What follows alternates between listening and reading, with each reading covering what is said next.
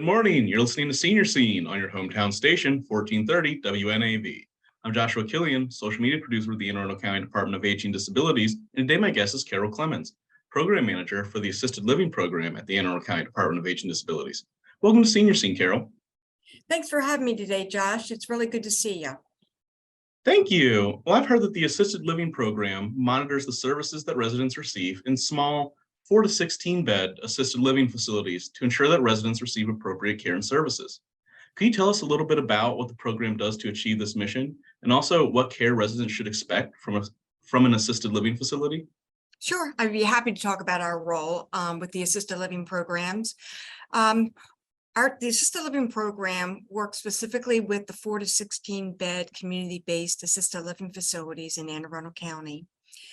Believe it or not, Josh, there's 110 facilities in Anne Arundel County right now that are 4 to 16 beds.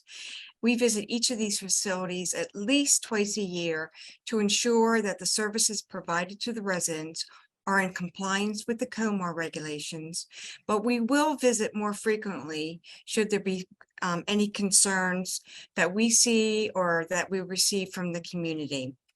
Many of our assisted living facilities also have contracts with Anne Arundel County to be a subsidy provider, and therefore we want to make sure that the facilities are in good standing, and another reason why we go into the facility. And I know you're going to talk about the subsidy program a little bit later, so I won't get into that yet. But I want to tell you a little bit what to expect from the assisted living facility. The facilities should provide 24-hour supervision, as well as assistance with bathing, dressing, meal preparation, medication management, and opportunities for socialization. Some facilities provide transportation assistance and other amenities. So it's always important to find out when you're looking at an assisted living facility, exactly what the facility can provide for your loved one. Almost all of our facilities in the county are licensed to provide care to the residents who are considered to be a level 3.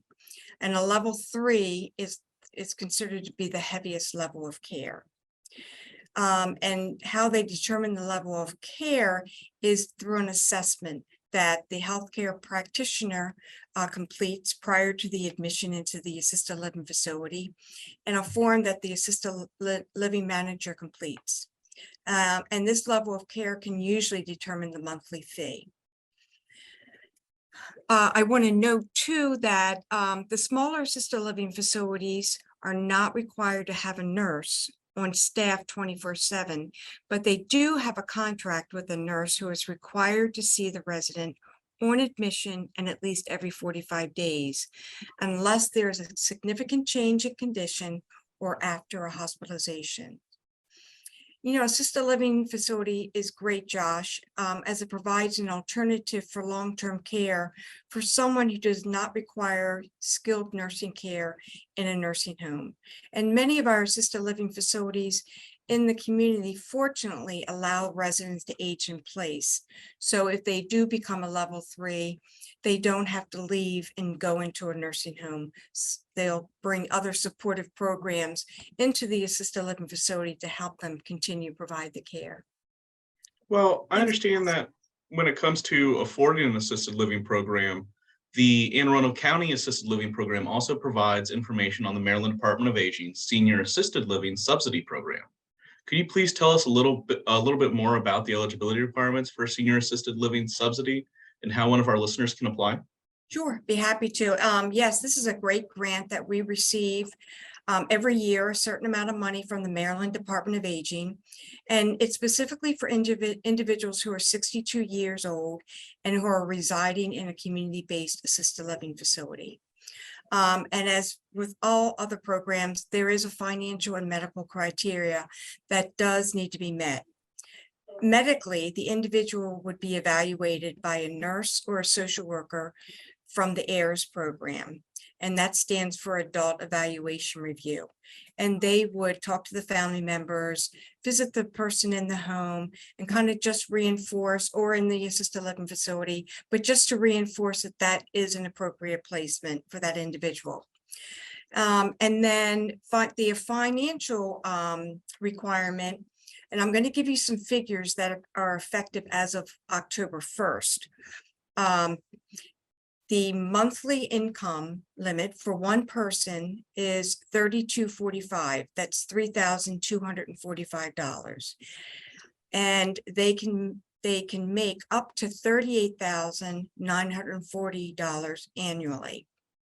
The asset limit to receive the grant is $20,000. And they do allow for life insurance policies under this and some funeral arrangements. And for a couple, the monthly income is $4,243. And the annual limit is $50,921. And the asset limit for a couple is $26,400. Currently, and we're hoping that it's going to go up at some point, but currently we can pay up to $650 a month towards the cost of care of the assisted living facility. So that, if you can imagine, Josh, it really kind of helps the family members with the expenses, or sometimes if their mom or their dad can't just reach the maximum amount what the facility is charging, that $650 can give them a little boost. We do not take into consideration Veterans Administration benefits, so that's a plus. As you know, there is an application process that needs to be completed along with supporting documents, and there is a wait list, unfortunately.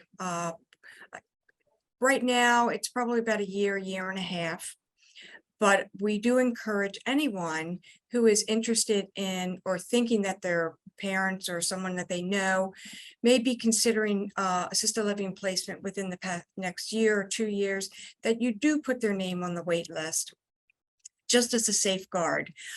We do reach out to people on our wait list every 6 months just to see how things are going, to see if there are any other services that you may need in the home to keep things going until the subsidy, the person's name on the subsidy comes up. So we do encourage, because of that wait list, that you do get the application in. And this application can be found on our website, or we can email you an application. Just reach out to us at 410-222-4257, and we would be happy to get you that information. Well, could you also take some time to tell our listeners a little bit about how to choose an assisted living facility, or what should go into that thought process? Sure. Yeah, this is a tough decision for so many family members that I've worked with throughout the years. It can be a very emotional decision, but I can't stress enough how important it is that it has to be a financial decision as well. I always suggest to the family members or anyone that calls in when they're considering assisted living placement is to talk to other family members. Talk to them about personal experiences with a particular facility. They're your best resource. Also, make a list of things to take into consideration when you're looking at a facility, like how much you can afford. That's the number one, because that's going to give you the direction as to where you can go. Think about the particular location that you would like to be. Would you like them closer to you, another relative, because they can visit easier? Think about the layout of the facility. This is huge. If your mom or your dad can't do stairs, then you're going to need to look for a rancher with open door frames. Make sure if your mom or dad enjoy socialization, make sure there's enough activities there. If they need assistance during the night, if they have a tendency of getting up out of bed, make sure that there's awake overnight staff that will be available for them throughout the night. Also, if they need transportation services, just think about all the amenities that you feel would be comfortable for their loved one for the placement.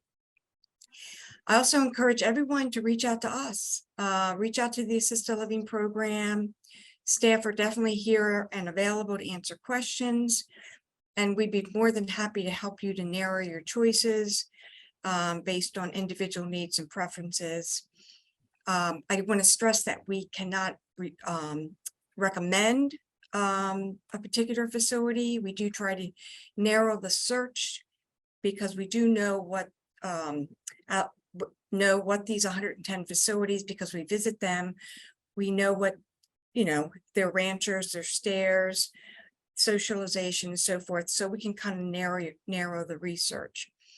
To get the list of the facilities, you can get this again on our webpage, or again, contact the office and we'd be happy to email it, mail it, whatever it's convenient for you. We understand that it is a tough decision, and it's always better to start early. And so it's not like too much of an emotional decision that you have to make at the last minute. Once you've narrowed a few of the facilities down, I do suggest that you tour the facilities. I recommend that you visit the facility at various times, such as mealtime or during an activity, just to observe the staff interactions and the routines of the facility. Look how the residents interact with each other. Look how the staff interact with the residents. Always ask for a copy of the uniform disclosure statement. And this is a document that provides valuable information about the services that facility provides, such as transportation, such as awake overnight staff, such as the socialization, the medical oversight. Request a copy of the resident agreement. Make sure you understand the commitment you're making before you sign anything. And of course, we strongly suggest that you have an attorney review the contract. Some of the contracts are very thin. Some of the contracts are very thick. Sometimes there's hidden costs in there that we want you to be aware of. So always, I strongly agree, just to get a blank contract, take it home with you, read it before you sign it. When you're at the facility, also request to see the recent survey reports from the Office of Healthcare Quality, who's the licensing agency. They should be available and accessible for you to review. That's always good to see what type of deficiencies the facility has, if there's any. Meet with the manager and the delegating nurse. Huge. This is going to be a team working relationship. So you need to feel comfortable with the personalities. You need to feel comfortable talking to that manager or talking to that delegating nurse if you have a problem with your mom and dad. Do you feel like they're going to keep you abreast of any changes? If there's a fall or if there's a change in condition, make sure that they're accessible to you if you need them. Get all your questions answered to your satisfaction, again, before you decide on the admission. And I always say, always go with your instinct. You know your loved one best of all. And you know what would be the good fit for them when you're in that environment. And many times families will say, I really like this facility. It was so beautiful, but I just didn't feel right. But I went to this facility and it wasn't as fancy, but I just felt something that it was much more comfortable for my mom. So don't second guess yourself. Go with your instincts. And lastly, could you tell us what's the one thing you'd like our listeners to take away from our talk together today? Sure. I think overall, if you have the opportunity, do your homework or sooner than later. Start looking to see what's out there. Just remember that choosing an assisted living facility for a loved one is definitely an emotional decision, but it's so important to recognize that it is a business decision as well. Look at the big picture. look at the finances, look at the length, how long the finance will last in choosing a particular facility. Because you don't want to get stuck that you run out of money and your mom and your dad have to leave to go to another facility.